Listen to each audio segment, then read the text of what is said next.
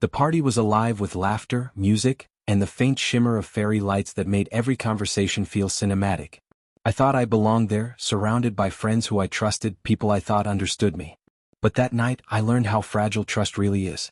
It started innocently, or so I told myself. The dare seemed stupid, harmless, a joke that would make everyone laugh. I never expected the weight it would carry. His eyes met mine across the room, curious, daring, and in that second I made a choice that would shatter everything.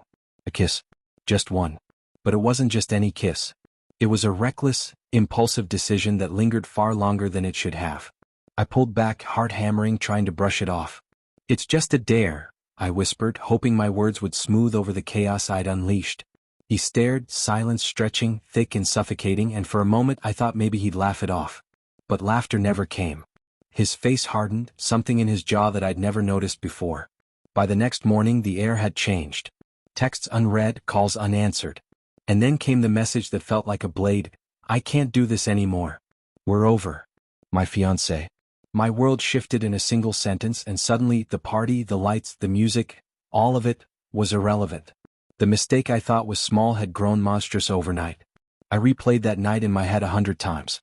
Every laugh, every glance, every subtle moment of hesitation. The dare wasn't just a dare anymore, it was the moment my life tilted, the moment I learned that some lines, once crossed, can never be uncrossed. I tried to call him, text him, anything to explain, to apologize, to make him understand that it meant nothing, that it was stupid, reckless, a moment of weakness. But every message went unanswered, every call ignored. Silence. Cold, deliberate silence. And in that silence, I felt the weight of every choice I'd ever made. Friends who had been at the party avoided me, shifting their eyes or changing the subject when I appeared.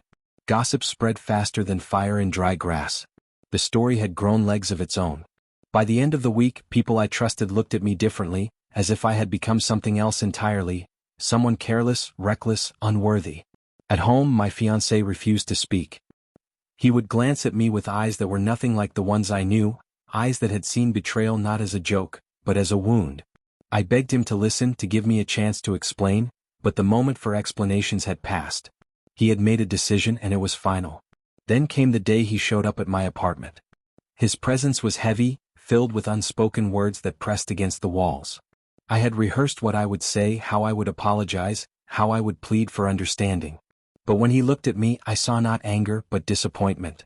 And that hurt far more than any shouted argument ever could. He told me he couldn't trust me again.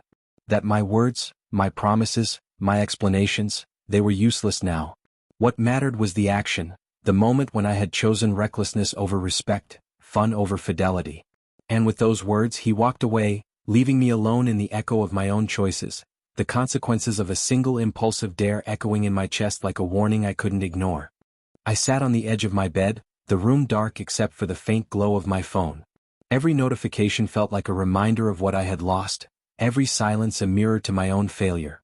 I realized then that some mistakes don't just vanish, they linger, carving space in your life where trust used to live. Days passed.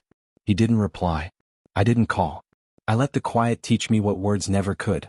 Regret, I learned, is sharper when it's silent, when it doesn't scream but seeps in slowly, relentless. I couldn't undo that night, couldn't unmake the choice that had seemed so meaningless. All I could do was face it, accept it, and carry its weight. And yet, in the solitude, I found a small spark of understanding. Life doesn't always forgive, but it teaches. It forces you to look at yourself, to confront the reckless parts, the impulsive moments, the choices that hurt not just you but those you care about. I don't know if he'll ever speak to me again. But I know I'll carry that night, that dare as a reminder. Actions are never harmless and some lines once crossed can never be uncrossed.